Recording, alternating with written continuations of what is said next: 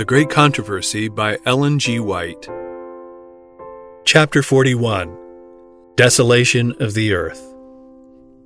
Her sins have reached unto heaven, and God hath remembered her iniquities. In the cup which she hath filled, fill to her double. How much she hath glorified herself and lived deliciously, so much torment and sorrow give her. For she saith in her heart, I sit a queen, and am no widow, and shall see no sorrow. Therefore shall her plagues come in one day, death and mourning and famine, and she shall be utterly burned with fire, for strong is the Lord God who judgeth her. And the kings of the earth, who have committed fornication and lived deliciously with her, shall bewail her and lament for her, saying, Alas, alas, that great city Babylon, that mighty city! For in 1 hour is thy judgment come. Revelation 18, verses 5 through 10. The merchants of the earth, that have waxed rich through the abundance of her delicacies, shall stand afar off for the fear of her torment, weeping and wailing and saying, Alas, alas, that great city, that was clothed in fine linen, and purple and scarlet, and decked with gold and precious stones and pearls. For in 1 hour so great riches is come to naught. Revelation 18, verses 11, 3, and 15 to 17. Such are the judgments that fall upon Babylon in the day of the visitation of God's wrath. She has filled up the measure of her iniquity. Her time has come. She is ripe for destruction. When the voice of God turns the captivity of his people, there is a terrible awakening of those who have lost all in the great conflict of life.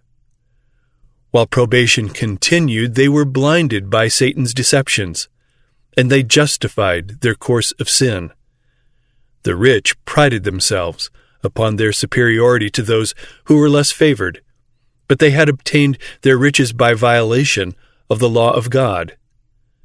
They had neglected to feed the hungry, to clothe the naked, to deal justly, and to love mercy. They had sought to exalt themselves and to obtain the homage of their fellow creatures.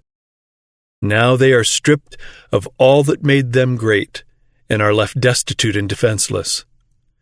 They look with terror upon the destruction of the idols which they preferred before their Maker. They have sold their souls for earthly riches and enjoyments, and have not sought to become rich toward God. The result is, their lives are a failure. Their pleasures are now turned to gall, their treasures to corruption. The gain of a lifetime is swept away in a moment. The rich bemoan the destruction of their grand houses, the scattering of their gold and silver. But their lamentations are silenced by the fear that they themselves are to perish with their idols. The wicked are filled with regret, not because of their sinful neglect of God and their fellow men, but because God has conquered. They lament that the result is what it is, but they do not repent of their wickedness. They would leave no means untried to conquer if they could. The world see the very class whom they have mocked and derided and desired to exterminate pass unharmed through pestilence, tempest, and earthquake. He who is to the transgressors of his law a devouring fire is to his people a safe pavilion. The minister who has sacrificed truth to gain the favor of men now discerns the character and influence of his teachings. It is apparent that the omniscient eye was following him as he stood in the desk, as he walked the streets, as he mingled with men in the various scenes of life. Every emotion of the soul, every line written, every word uttered, every act that led men to rest in a refuge of falsehood has been scattering seed, and now, in the wretched, lost souls around him, he beholds the harvest. Saith the Lord, They have healed the hurt of the daughter of my people slightly, saying, Peace, peace, when there is no peace. With lies ye have made the heart of the righteous sad, whom I have not made sad, and strengthened the hands of the wicked, that he should not return from his wicked way, by promising him life. Jeremiah 8, verse 11, Ezekiel 13, verse 22. Woe be unto the pastors that destroy and scatter the sheep of my pasture. Behold, I will visit upon you the evil of your doings. Howl, ye shepherds, and cry, and wallow yourselves in the ashes, you principal of the flock. For your days for slaughter, and of your dispersions are accomplished. And the shepherds shall have no way to flee, nor the principal of the flock to escape. Jeremiah 23, verses 1 and 2, chapter 25, verses 34 and 35. Ministers and people see that they have not sustained the right relation to God. They see they have rebelled against the author of all just and righteous law. The setting aside of the divine precepts gave rise to thousands of springs of evil, discord, hatred, iniquity, until the earth became one vast field of strife, one sink of corruption. This is the view that now appears to those who rejected truth and chose to cherish error. No language can express the longing which the disobedient and disloyal feel for that which they have lost forever, eternal life. Men whom the world have worshipped for their talents and eloquence now see these things in their true light. They realize what they have forfeited by transgression, and they fall at the feet of those whose fidelity they have despised and derided, and confess that God has loved them. The people see that they have been deluded. They accuse one another of having led them to destruction, but all unite in heaping their bitterest condemnation upon the ministers. Unfaithful pastors have prophesied smooth things. They have led their hearers to make void the law of God and to persecute those who would keep it holy. Now, in their despair, these teachers confess before the world their work of deception. The multitudes are filled with fury. "We are lost," they cry, "and you are the cause of our ruin." And they turn upon the false shepherds. The very ones that once admired them most will pronounce the most dreadful curses upon them. The very hands that once crowned them with laurels will be raised for their destruction. The swords which were to slay God's people are now employed to destroy their enemies. Everywhere there is strife and bloodshed. The noise shall come even to the ends of the earth, for the Lord hath a controversy with the nations. He will plead with all flesh. He will give them that are wicked to the sword. Jeremiah 25, verse 31. For 6,000 years the great controversy has been in progress. The Son of God and his heavenly messengers have been in conflict with the power of the evil one, to warn, enlighten, and save the children of men. Now all have made their decisions. The wicked have fully united with Satan in his warfare against God. The time has come for God to vindicate the authority of his downtrodden law. Now the controversy is not alone with Satan, but with men. The Lord hath a controversy with the nations. He will give them that are wicked to the sword. The mark of deliverance has been set upon those that sigh and that cry for all the abominations that be done. Now the angel of death goes forth, represented in Ezekiel's vision by the men with the slaughtering weapons, to whom the command is given, slay utterly old and young, both maids and little children and women, but come not near any man upon whom is the mark, and begin at my sanctuary. Says the prophet, they began at the ancient men which were before the house. Ezekiel 9, verses 1 through 6. The work of destruction begins among those who have professed to be the spiritual guardians of the people. The false watchmen are the first to fall. There are none to pity or to spare. Men, women, maidens, and little children perish together. The Lord cometh out of his place to punish the inhabitants of the earth for their iniquity. The earth also shall disclose her blood, and shall no more cover her slain. Isaiah 26, verse 21. And this shall be the plague wherewith the Lord will smite all the people that have fought against Jerusalem.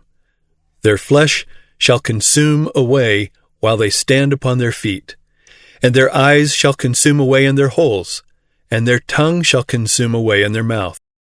And it shall come to pass in that day that a great tumult from the Lord shall be among them, and they shall lay hold every one on the hand of his neighbor, and his hand shall rise up against the hand of his neighbor. Zechariah 14, verses 12 and 13. In the mad strife of their own fierce passions, and by the awful outpouring of God's unmingled wrath, fall the wicked inhabitants of the earth, priests, rulers, and people, rich and poor, high and low. And the slain of the Lord shall be at that day from one end of the earth even unto the other end of the earth. They shall not be lamented, neither gathered, nor buried. Jeremiah 25, verse 33.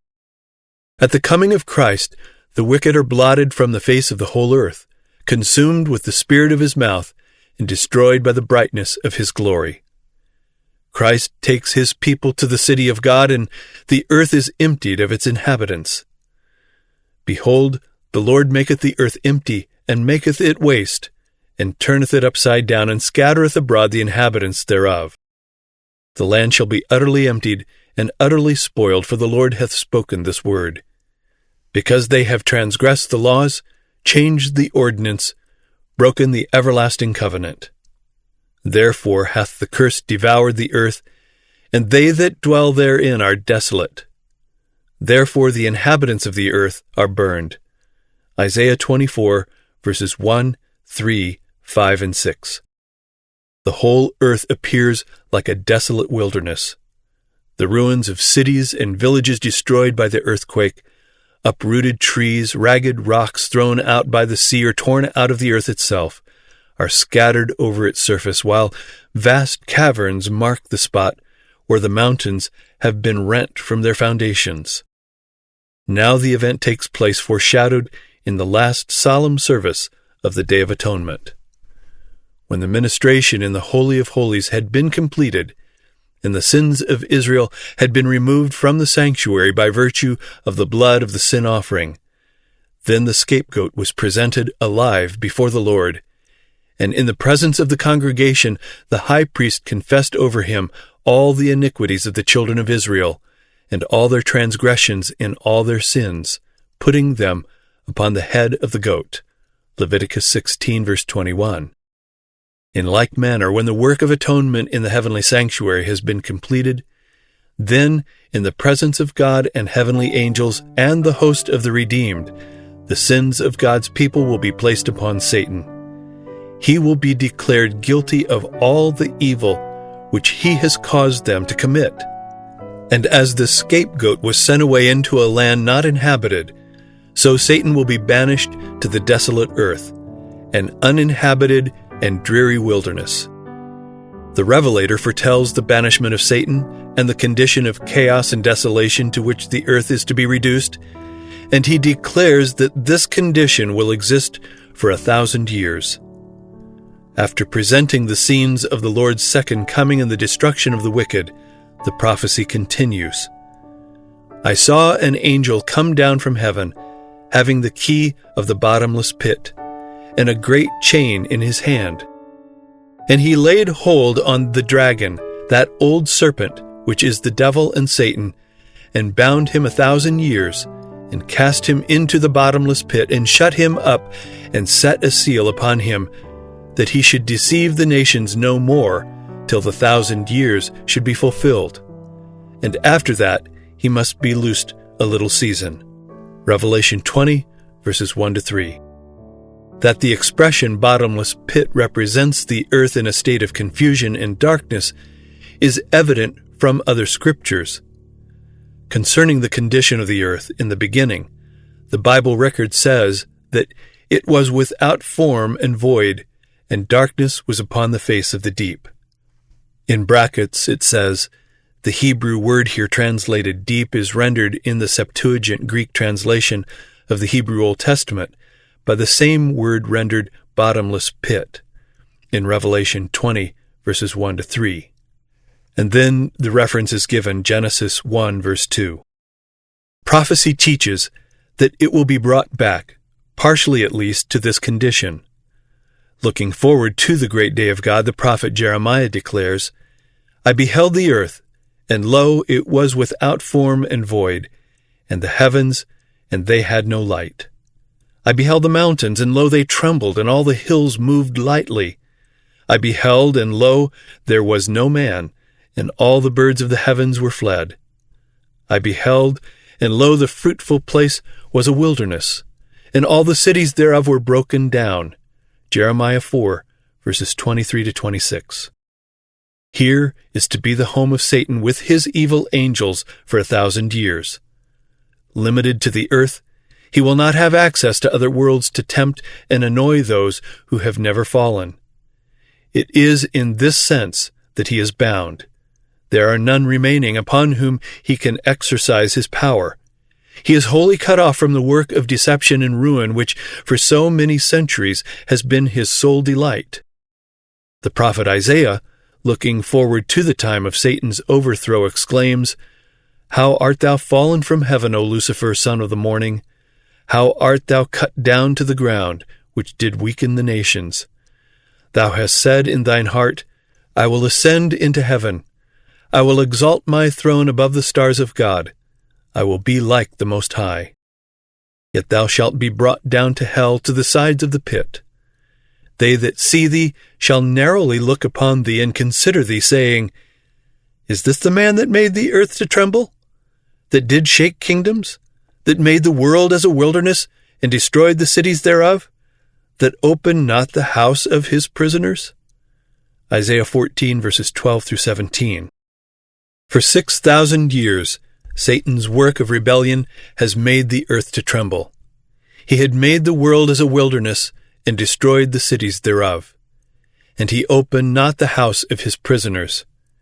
For 6,000 years his prison house has received God's people, and he would have held them captive forever, but Christ had broken his bonds and set the prisoners free.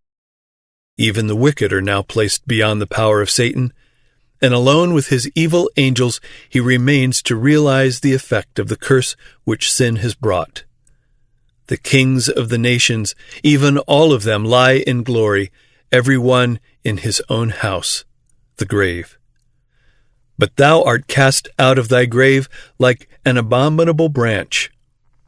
Thou shalt not be joined with them in burial, because thou hast destroyed thy land and slain thy people. Isaiah 14, verses 18 through 20. For 1,000 years, Satan will wander to and fro in the desolate earth to behold the results of his rebellion against the law of God. During this time, his sufferings are intense. Since his fall, his life of unceasing activity has banished reflection. But he is now deprived of his power and left to contemplate the part which he has acted since first he rebelled against the government of heaven, and to look forward with trembling and terror to the dreadful future when he must suffer for all the evil that he has done and be punished for the sins that he has caused to be committed. To God's people, the captivity of Satan will bring gladness and rejoicing. Says the prophet, "It shall come to pass in the day that Jehovah shall give thee rest from thy sorrow, and from thy trouble, and from the hard service wherein thou wast made to serve, that thou shalt take up this parable against the king of Babylon," here representing Satan, "and say, How hath the oppressor ceased? Jehovah hath broken the staff of the wicked, the scepter of the rulers, that smote the peoples in wrath with a continual stroke, that ruled the nations in anger, with a persecution that none restrained." Verses 3 to 6. During the 1,000 years between the first and the second resurrection, the judgment of the wicked takes place. The Apostle Paul points to this judgment as an event that follows the second advent. "Judge nothing before the time, until the Lord come, who both will bring to light the hidden things of darkness, and will make manifest the counsels of the hearts." 1 Corinthians 4, verse 5. Daniel declares that when the Ancient of Days came, judgment was given to the saints of the Most High. Daniel 7, verse 22. At this time, the righteous reign as kings and priests unto God. John in the Revelation says, "I saw thrones, and they sat upon them, and judgment was given unto them. They shall be priests of God and of Christ, and shall reign with him 1,000 years." Revelation 20, verses 4 and 6. It is at this time that, as foretold by Paul, the saints shall judge the world. 1 Corinthians 6, verse 2. In union with Christ, they judge the wicked, comparing their acts with the statute book, the Bible, and deciding every case according to the deeds done in the body. Then the portion which the wicked must suffer is meted out according to their works, and it is recorded against their names in the book of death. Satan also and evil angels are judged by Christ and his people. Says Paul, "Know ye not that ye shall judge angels?" Verse 3.